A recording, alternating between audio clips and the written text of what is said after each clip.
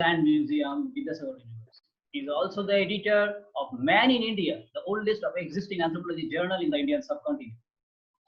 He has 5 books on his name and more than 50 papers published in journals.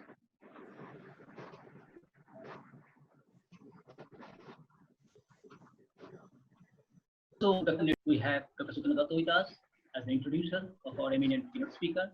Sutanu Datta is an assistant professor from Department of Electronics, Vidyasagar University. He did his MSc and PhD from Calcutta University. He also obtained ME in Information Technology from WBAR. His main research interest is in modeling and simulation of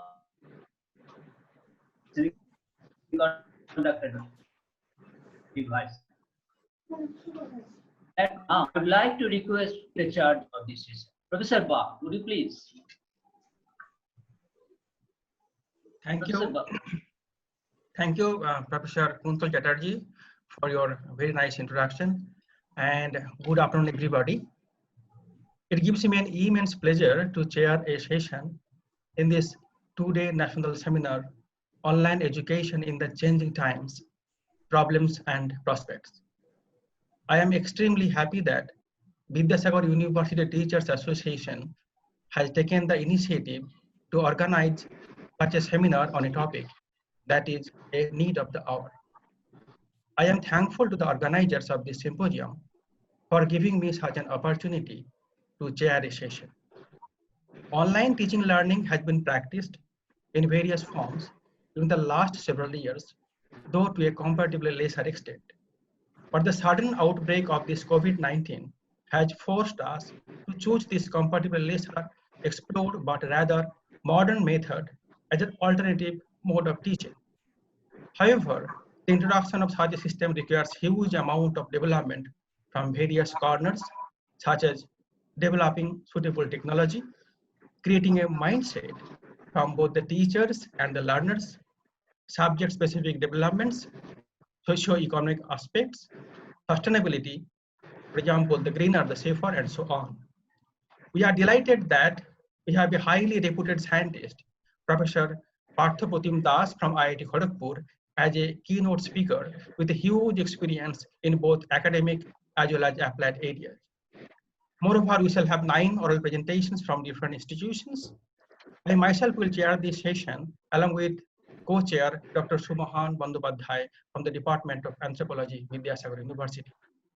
Without taking too much time, I shall now request Dr. Sutanu Datta to formally introduce our keynote speaker, Professor Partha Pratim. Dr. Sutanu Datta, please. Dr. Partha Pratim is the Joint Principal Investigator of National Digital Library of India project of MHRD and leads the initiative to integrate the digital repositories of various institutions, agencies, and publishers across India. He is the professor at the Department of Computer Science and Engineering, IIT KGP, and also heads the Rajendra Mishra School of Engineering Entrepreneurship. Dr. Das received his BTech, MTech, and PhD degrees in 1984, 1985, and 1988 respectively from IIT Kharagpur. He served as a faculty in the Department of Computer Science and Engineering, IIT KGP, from 1988 to 1998. In 1998, he moved to the industry and served in senior management and director positions till 2011. His current interests includes computer analysis, Indian classical dance, technology enhanced education, and software engineering. We are excited to hear the keynote speech from Professor Das and requesting him to kindly deliver his speech. Professor Das, please. Sir, will you please unmute yourself, Professor Das? Thank you, Professor Datta. Am I audible? Yes, sir. Very good afternoon to everybody. সবাইকে নমস্কার. I think majority are Bengali. Anyway, I'll not talk in English, but just wanted to say. So, thank you, Professor Datta, for the introduction. Professor Chatterjee, Professor Gupta, Professor Das, who all have taken a lot of pain. Professor Bag, the chair, pain to organize this. I'm really happy, really elated to be present here. National Digital Library of India is a project that I have been associated since the beginning, and it's kind of very close to my heart.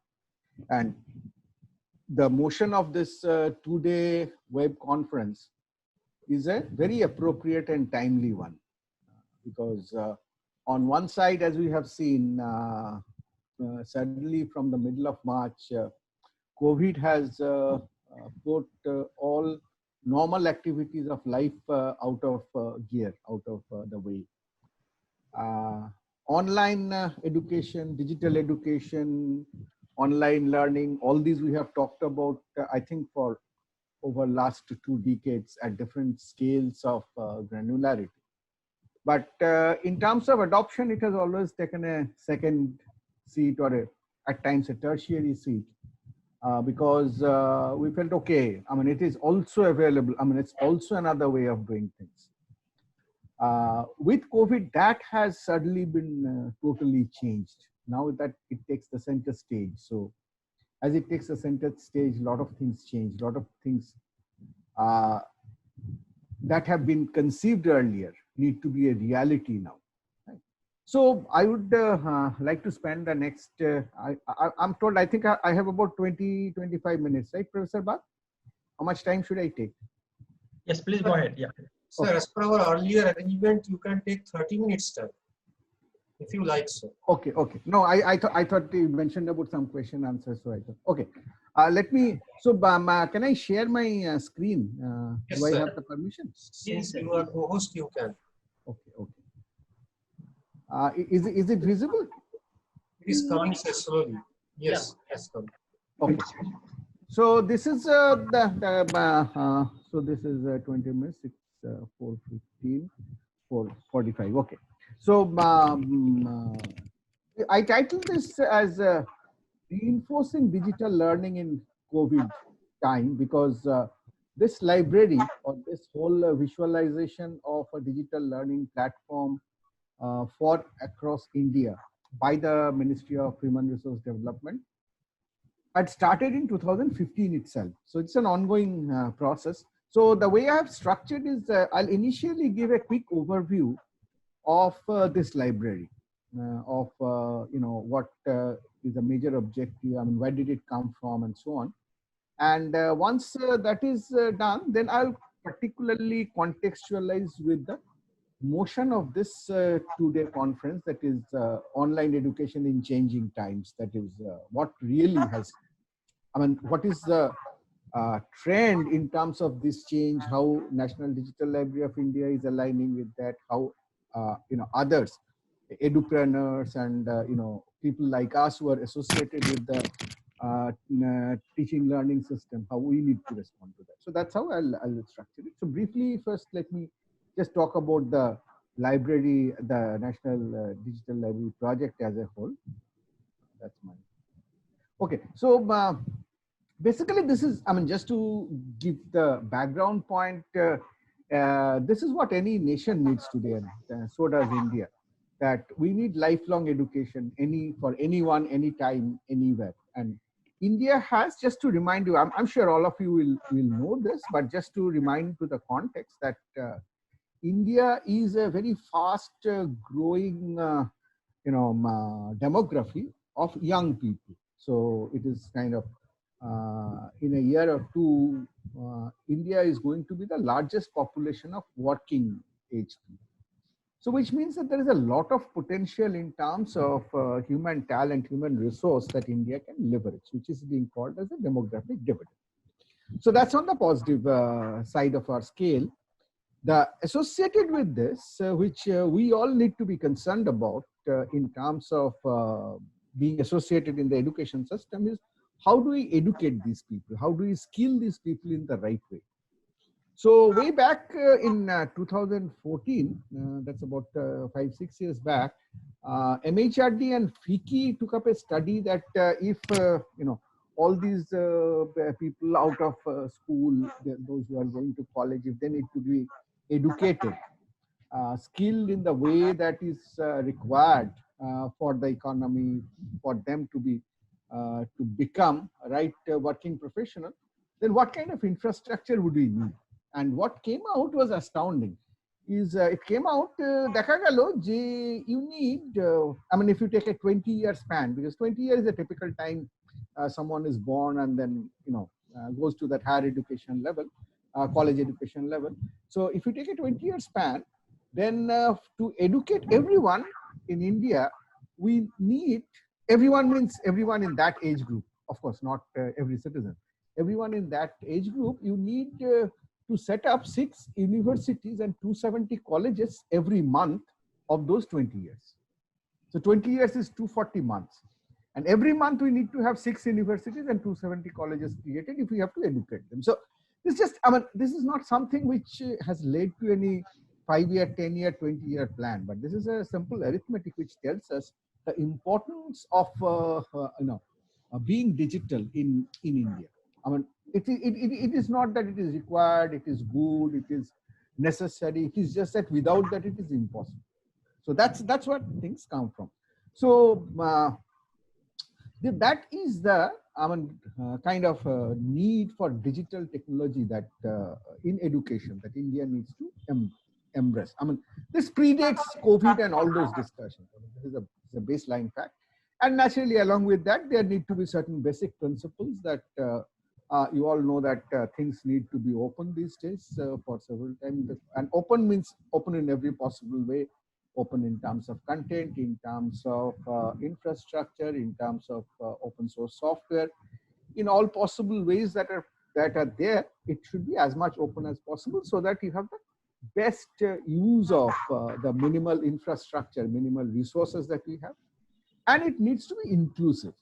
India is a highly diverse country. So we are great, we survive because we are inclusive. I mean, we have so many different languages, 22 languages we are giving education. That's just the official one.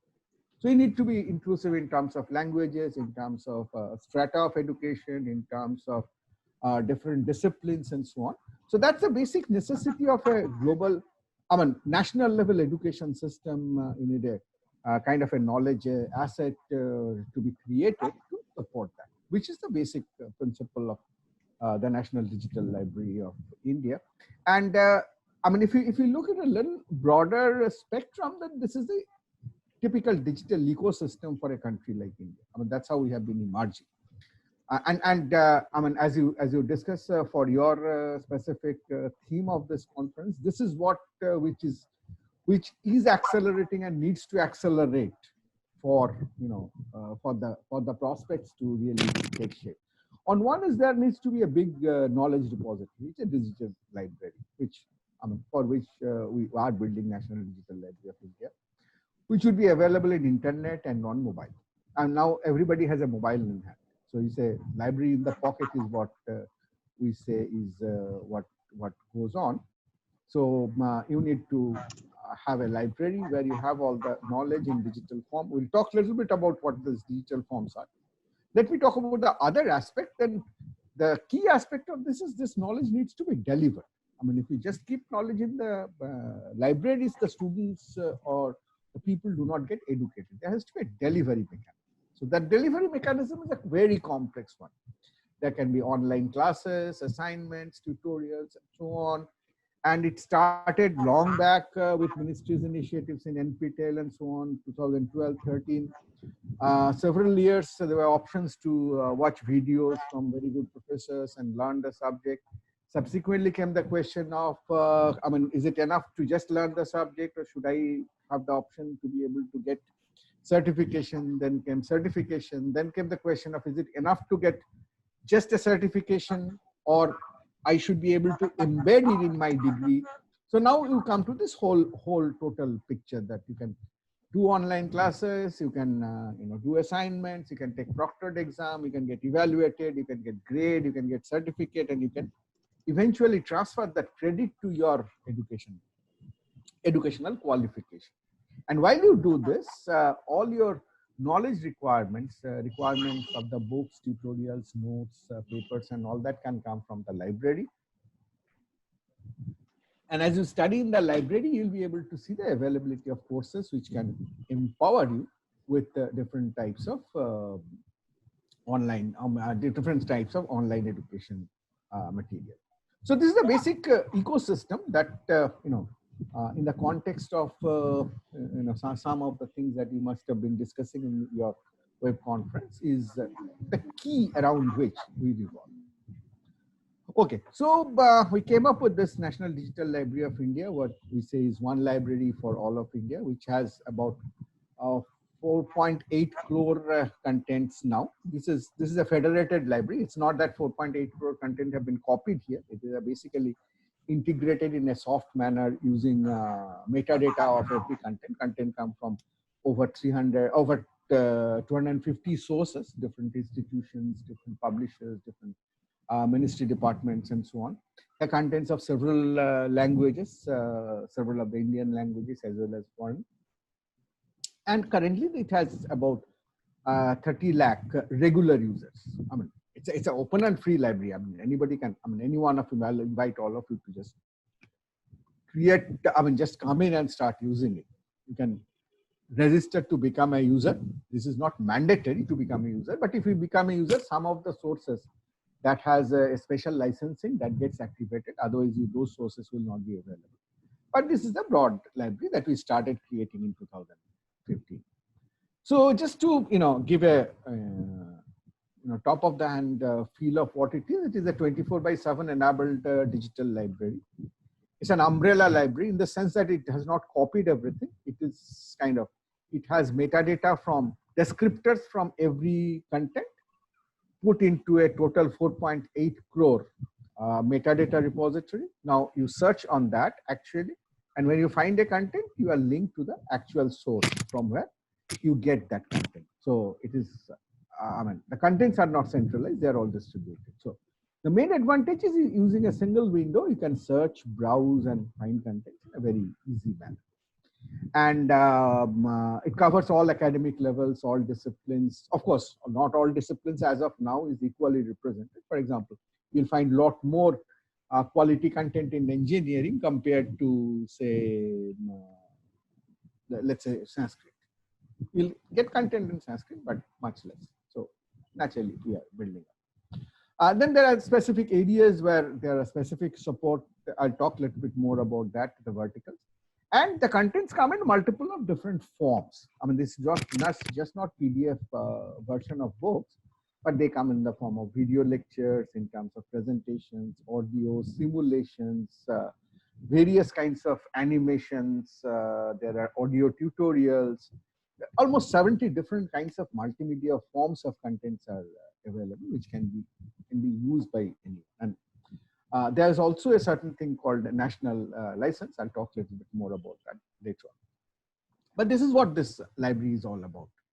And if you look at the range of content, it's a wide variety, because as that is what online or the supported digital has given us, is the options become a lot more open. In a physical library, you had books, then you had journals, papers, and so on. You had maps, charts, and so on. But when it comes to the digital, you not only have lecture presentations, slides, videos of classes taken by teachers, question banks, solutions, varied kinds of reports, of course, ETDs, electronic thesis and dissertation, and more, very importantly, data sets. In today's research, no matter in which subject you are doing research, whether it is physics or it is economics or in language, even Indian languages, getting data sets are most important, because several problems are being solved by just looking at the data sets, manuscripts, and so on. So there's a wide range of contents that we have been trying to collate and put together. So given that, naturally, there are a lot of unique features about this. Mind you, I'm still talking about the library in general. I have not yet come to that specific part as to what OVIG has done to the whole thought process. So it's a single window, multilingual search. India has so many languages. So we at present cater to 10 languages in the interface. So you can use the library other than English in 10 Indian languages. These are the languages: Hindi, Bangla, Gujarati, Marathi, Kannada, Tamil, Telugu, Malayalam, Assamese, and so on. Other languages are slowly being added and added. And you can do a single window search, access, and you have a personalization. This is an interesting fact. What is personalization? I mean, you will say, if I generically tell you that you can search, browse content, you can search content of what you need. So basically you're saying certain words, and based on them, the content is fetched. So it is kind of a variant of Google that it appears to be. Which is in any search engine is similar. It's Google equivalent, whether it is Bingo or it is Yahoo or it is Opera, whatever. But what is important here is we need, for example, let's talk about a use case when there is a, let's say there's an 8th standard student and she is looking for content in magnetism. And there is a doctoral student and he is looking for content also in magnetism. But there is a difference between what, you can easily immediately figure out that there's a difference between what they are looking for. Someone who is a 8th standard student, she is looking for content in magnetism means she wants to know, okay, what is the basic property of a bar magnet, the fact that, similar poles repel each other, the fact that there is a certain pattern in terms of the magnetic flux and so on. So those basics, the basic experiments. Whereas a doctoral student who is looking for information on magnetism possibly is looking for, what has happened in the recent unification of grand field theory, unifying magnetic fields with gravitational field, what has happened in terms of the recent publications in Nature and Physics Review Lecture and so on. So he is also looking for magnetism, but at a very different level. Now, if you think about the context of Google, when both of them do the search, they actually get identical result, and you can try magnetism. You get a couple of lakh pages, and obviously none of us have seen more than the 3rd, 4th, or 5th page. And if you look at the first 4 or 5 pages, you'll find that neither this 8th standard student nor this doctoral student will have an effective answer. Because most of the links that you get are all weird, mixed up links, because Google does based on what is the frequency of occurrences and so on. Now, what you need here is more based on give results to the 8th standard student, which is appropriate for 8th standard, and to the doctoral student similarly. So that is the basic aspect of personalization. Now, the question obviously is, how do you personalize? That's a deep, deep science. Again, it's a deep data science. But the tip of the iceberg in the solution is the fact that if you have been purchasing things over the e-commerce sites, say Amazon, eBay, or Snapdeal, or Flipkart, and so on. And if you have done a couple of purchases, possibly during COVID, many of us are purchasing more online. So then you'll see that as you do more and more purchases on a particular site, every time you go in, there are some suggestions that come in. Do you need this? Do you need that? You may not be needing that particular item or particular set of items on that day. But if you look carefully, you'll find that more and more you use a site, the suggestions that are being made to you are very close to your lifestyle. You have in some recent past or in near future used those items. So which means that actually the site does not need to know you. Site does not know you by name, by profession, by education, by income or anything. But just by the use of what you buy and what you look at and what you discard, it is possible to build a model which makes a model of you as to what you need. So this is what the e-commerce sites do for items that are sold and purchased. The same thing can be done in terms of items that are read and understood. So that's the educational personalization. So these are some of the different things that we focus on, and this is some statistics of daily about 100,000 1 lakh motamoti document download by and so on. So we got 2 awards in 2017 and 2019 also. So this is how it looks like.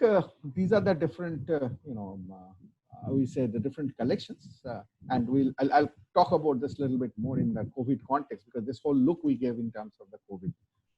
But this is on the left is how it looks on the web. If you go to the browser and try that, and this is what it looks on the right, which is on the mobile, Android or iPhone. You have it on both of these. You don't need to remember this URL. You can just go to Google and type National Digital Library of India. This comes as a first hit. So you can just go to there. Okay, so these are the typical web interfaces in different languages. Of course, at the center of it, there is metadata. This is not, this is more on online learning and education. It's not specifically for the library scientists. So I'll not go deep into, because this metadata design research is a big topic in itself for NDLI to make this happen. Metadata are basically descriptor information of different contents, which describes how the content is, what is its title, author, and so on. And also describes different kind of learning aspects of the content, as to how much time does it take to learn that. What is the educational level? Should it be taught in class 8 or in class 10 or in undergraduate level or so on? What is the difficulty level? What is the learning time? How much time should it take to learn it? What is the pedagogic objective of this content? So these all different information you put in terms of a structured field. This is called the metadata, which is in the core of this library. And based on all of that, you also have different access options. So if you open the search an item, you'll find that by the side of every item, one such symbol will occur. So if you have a green open log, then it's a free and open content, which means you can freely download the full text of that content. And out of the 48 crore, 4.8 crore content, 48 million content, about 3.5 crore is free and open and free. So for that, it's not only that you'll be able to get the content title or abstract, but you'll be able to get the entire content completely free. You can download, you can print, you can use it, as long as you do not naturally violate the copyright. There are contents which are marked like this, which are under national license. National license is very interesting, which we worked out with ministry. Where ministry actually, these are not free, these are paid content. But the ministry pays in a certain formula to the publisher, so that if you access this content as a user of NDL, and naturally for that you need to register to NDL, which is free. And then from NDL, if you access that content, then you'll get the content. If you try to access it from outside, go through Google or some to the publisher site, you'll have to pay. So that's a national license concept. Then there are varied kinds of limited access contents, where some contents where you can just see a couple of pages, some contents where you can access that provided you subscribe, whether with make payments, publisher contents. There are some restricted ones where you'll be able to see that provided you have a separate authorization done and so on. So we have varied kinds of varied numbers of this. These numbers are changing. So if we add these two green ones, 2.75 crore and 0.78 crore, you'll find that 3.5 crore of free contents that I talked about. Remaining are subscribed or limited access. These are the different kinds of. Okay, so this is briefly what National Digital Library of India is. Now let me, in the remaining 10-12 minutes, let me just quickly take a look at what is happening in this transformational space, which has been triggered primarily by this COVID crisis. There are two aspects of COVID. One is a medical aspect of what that virus is, what should be the standard operating procedure, what is WHO saying, whether quarantine is required, not required, whether it's airborne or not. All those, I'm not going into those aspects at all. We take the aspect that it has limited us to, in terms of our movement, in terms of our interaction, in terms of our economic activities. That's the basic. So keeping that set of constraints in view, let's see how things have actually evolved in the online or the digital education space. So I have, there are different dimensions to adopting digital education. So I have taken just two dimensions. There are multiple. Please do not question me that why did you take only these two? I took these two more as illustrative purpose than not to be exhaustive in nature. So the two dimension is the things that you do by planning. So certain things you do by a lot of planning, do it very right, take a lot of time, put in that plan and do it very properly. Naturally, if you do things with a lot more of planning, they work out in a much better way, but they need it. The other side, the kind of y-axis here, is what I say is disruption.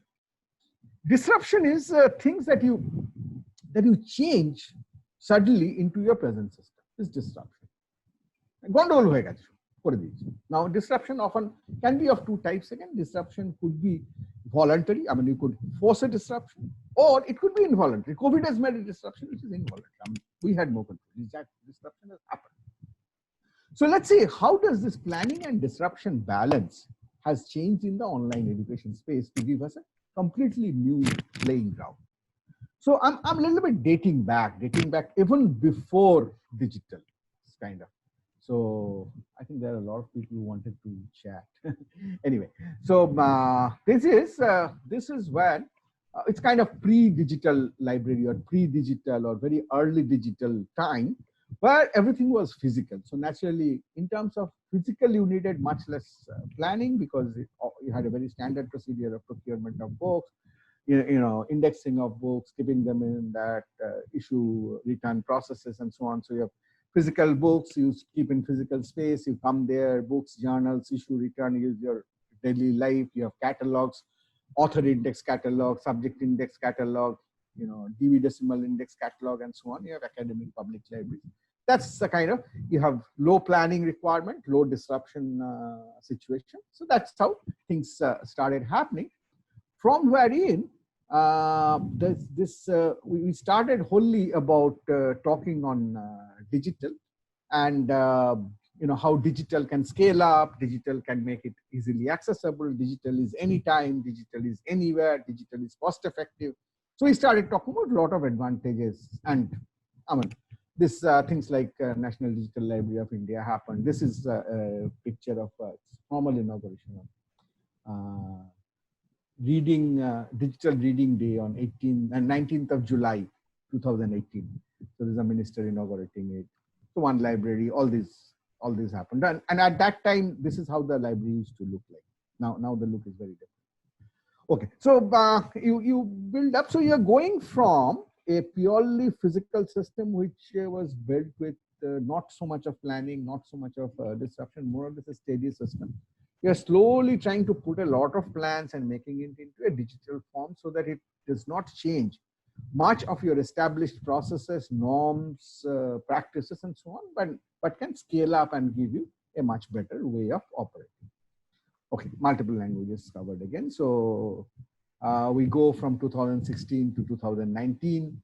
Primarily this growth period, slow, steady, planned growth, growing content in users and so on. And the various different kinds of interesting contents are integrated together, put together.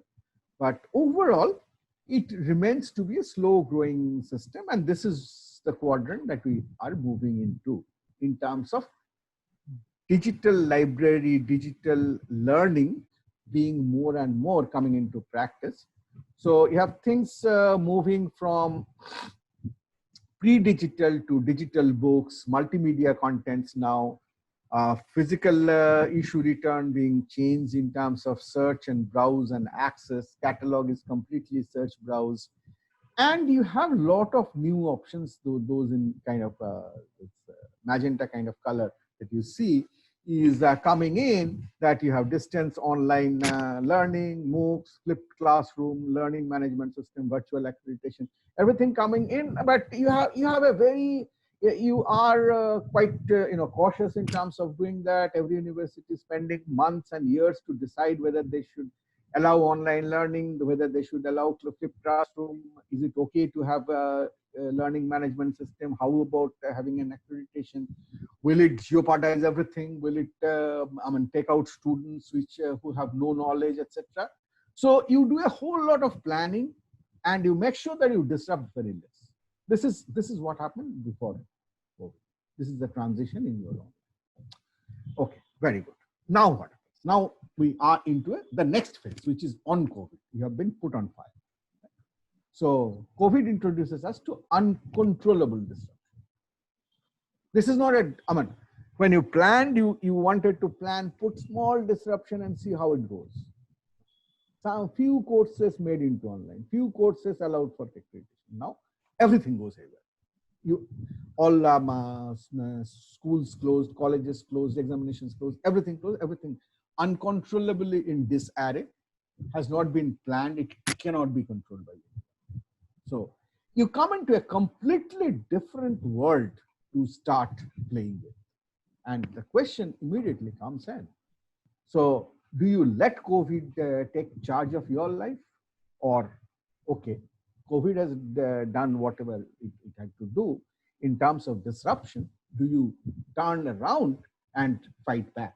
That's the basic question to the online. So that is where digital libraries, digital learning become more effective, because your freedom of using the other has been suddenly taken away.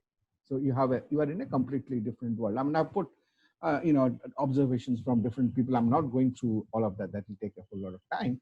But you now have to study at home, study from home. There's no other option.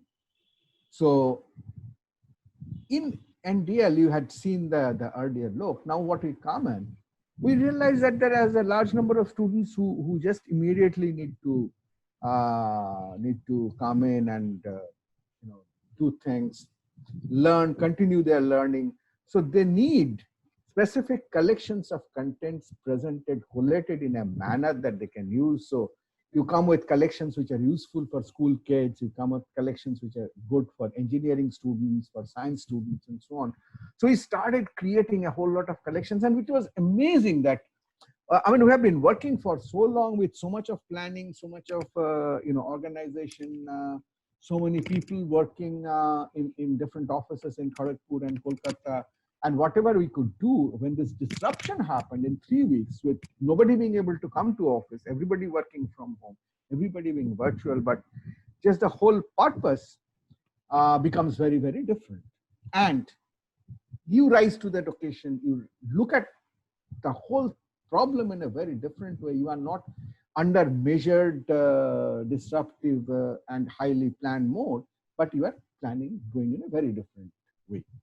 So, I mean, these are, if you look at the library now, this is what you'll get to see for study at home. We have varied types of school contents integrated, and primarily looking at what the students need right now. So, I mean, we focused initially for a whole lot of JEE content, because the feeling in March was that JEE is around the corner. I mean, it's a different matter that it kept on getting postponed, and now it's in September.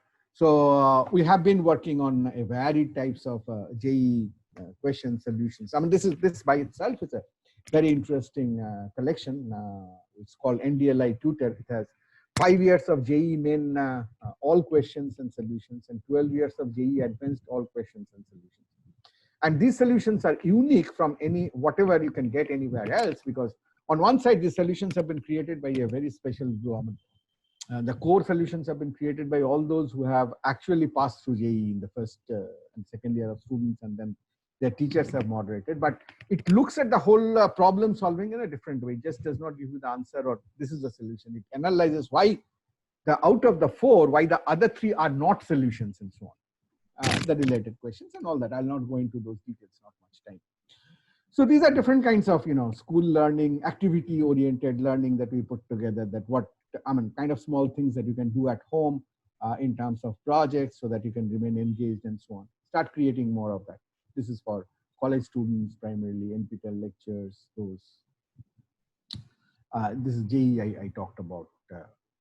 So, and another that we specifically did, and we are really very proud about, is we created a research repository portal for COVID. This is not for COVID medical research, but there's so much different research you need to do because of the way the COVID has disrupted you. Like online education we are talking of here. There's some tens of groups talking about what is the impact on transportation, several others talking on what is the impact on supply chain management and so on. So you need it. So there's a major research repository of papers, data sets, documents that we started collecting, and we continually are doing that. So on COVID, suddenly I mean, we see that we are working very differently. We are looking at things very differently. We are responding to things very differently, and creating things which we had never earlier thought of that we'll create. So this is a very nice chart which tells you, what happens when you have this kind of disruption come in your life and you start fighting back. This is a curve of the number of document views that happened in the library, and you can see this dates back pretty early in January beginning. So that was the pre-COVID era. And this is kind of going in, average used to be 20,000 per day. And then comes COVID, goes on. And then we add study from home. So we gave all these options of schools, colleges, contents that you can study from home, those contents really, and you can immediately see the surge that happens. I mean, so many students start liking it. CBSE director came and said, okay, oh, such a great thing. All schools must use that and so on. And obviously it starts falling off because more of the interested students look at it. And since it's a free library, so whatever you look at, you can download. So once you have downloaded, you can be offline and you don't need to come back. And but you can see that this is the whole average has got raised. And then we release COVID research, and you can see that the daily download went even up to 3.5 lakhs every day document views, because so many people want to know about the research. And compared to a 20,000 average for a day, now we are at 100,000 average for a day. So this is what happens when you get, start thinking out of the box, get disruptions to solve and allow new problems. These are some of the additional things that we did by the side. When we worked on the school students and the COVID researchers, we thought, what will a general reader do? So added a number of collections which for general readers is a Birth Centenary, where we are featuring Satyajit Ray, obviously. There's every thought of a day, person of the week, and so on. So these are different featured collections, but I'll have to conclude. So on COVID continues. So on COVID brings you to this quadrant where you did not have enough time to plan, but you had a very high disruption. So institutions are closed, back to home for students, exams canceled, but you resort very quickly to online classes, online evaluation, online conferences, and so on, and you keep going. And then what is coming is post-COVID. We are still debating as to whether there'll be a post-COVID or some people are talking about co-COVID.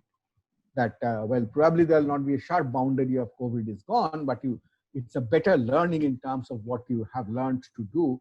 So this is my speculation. Up to this has happened. There was a time where everything was low, and then you move to a high planning, low disruption system of normal digital learning. Then you move to low planning, high disruption of on COVID that we are going through now. And I expect that we will adopt from here onto a high planning, high disruption system, because we have learned that disruption can actually do a lot of good. So we'll allow more disruptions to happen, but we'll inject a lot more of planning into that to make it a more effective system. I've crossed it by 4.5 minutes. I'm very sorry, Chairman Sir, but I will close at this point and take questions. Yeah. Thank you very much, Professor Partha Pratim Das, for your excellent presentation. And we really thank him for his excellent deliberation. And I am sure all the participants will agree with me that we had a rare opportunity this afternoon to learn from a person where like National Digital Library was a brainchild, and how he had visioned this on, and he has brought his dream into reality. And also he felt like how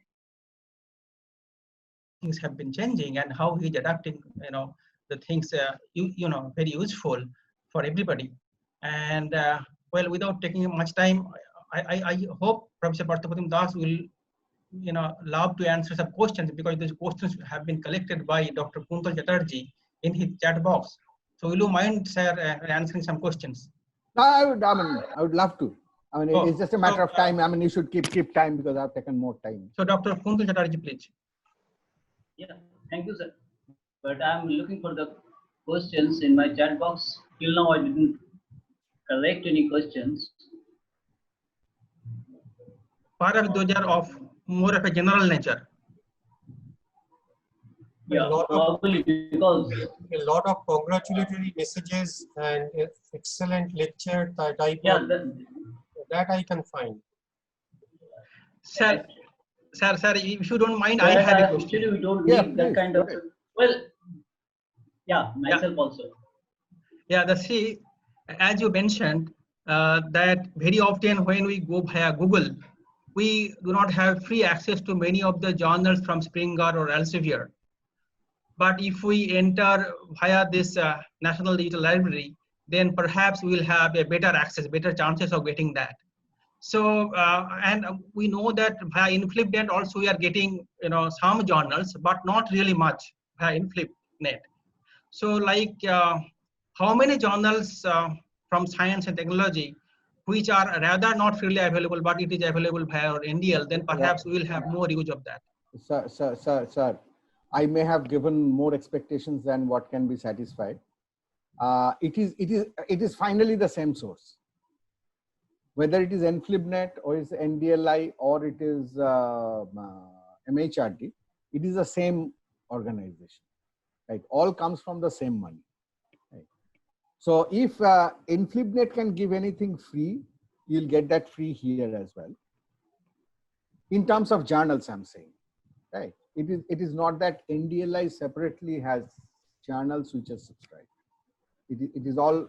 I mean, it's a consortium partnership with InflipNet that NDLI extends in terms of its support.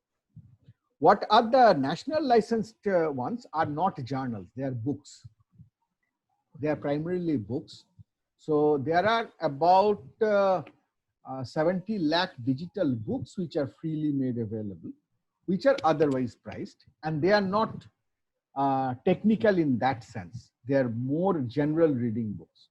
So we particularly wanted to subscribe that collection for general readers.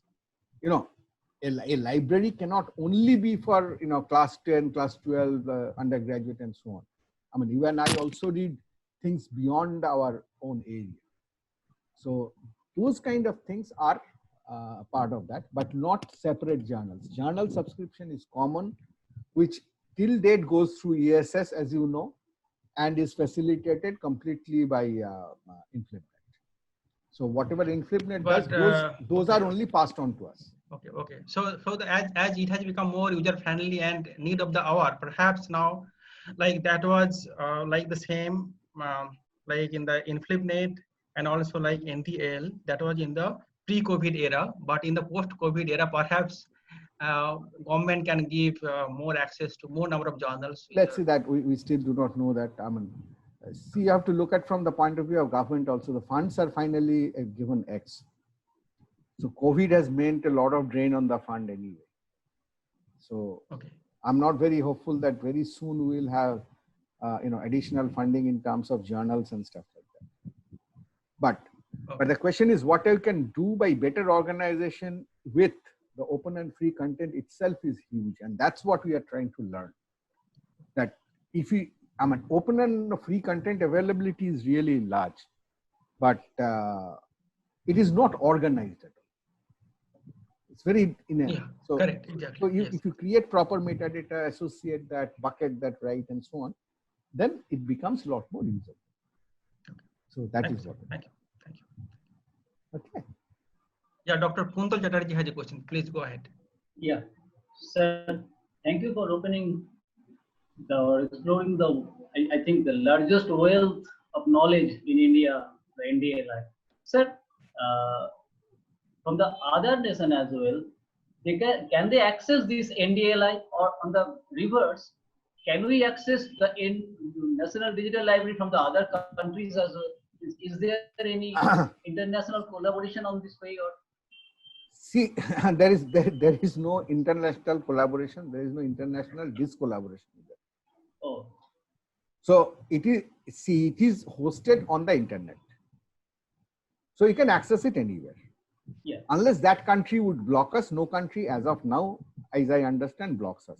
So you can access it from anywhere. Of course, there are some jurisdictional issues because of the national license. Because the national license applies to Indian geography. So if you are accessing, say, this National Digital Library of India sitting in Nepal, then those national licensed contents you will not be able to get because they have been, geofenced within Indian territory. But everything else, like the 3.5 crore free content or all other features, are equally available everywhere. I mean, we are saying it's National Digital Library of India because we are building it. I mean, this is by the India, for India, focused on India, and so on. But knowledge, in our view, has no boundary. Exactly. I mean, this is criminal if we try to build a knowledge system which others cannot use. Why should we do that? And that is not in keeping with the open and inclusive policies. And you will be surprised that in NDL itself, we have so many different, very excellent content from other countries, where they have very willingly, done agreement with us and are offering free content. There are several school contents from United States, from Australia. There are contents coming from South Africa. There are several places. So that, we believe in that philosophy. Of course, wherever there is like journals need to have a certain geofencing for their use. Wherever there's a copyright issue, we'll have to respect it. Otherwise, it's all free and open. Okay, Thank you, Minister. Thank you. Any other question from anyone from the participants?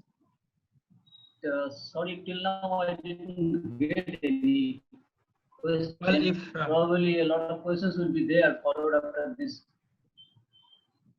well, if there is no other question, then let us conclude this session by thanking Professor Partha Pratim once again for his excellent presentation. Thank you very much. Thank you. Thank you very much. Namaskar. খুব ভালো লেগেছে. And thank you, Vidyasagar University Teachers Association. পরে এই Covid কেটে গেলে physically যাওয়ার ইচ্ছে রইল। খুব ভালো, খুব ভালো। So we will be honored, sir. না, আমি গেছি আগে বিদ্যাসাগর ইউনিভার্সিটি গেছি একাধিকবার, আবার যেতে চাই। Thank you. ভালো থাকবেন। আপনাদের কনফারেন্স ভালো চলুক। I would wish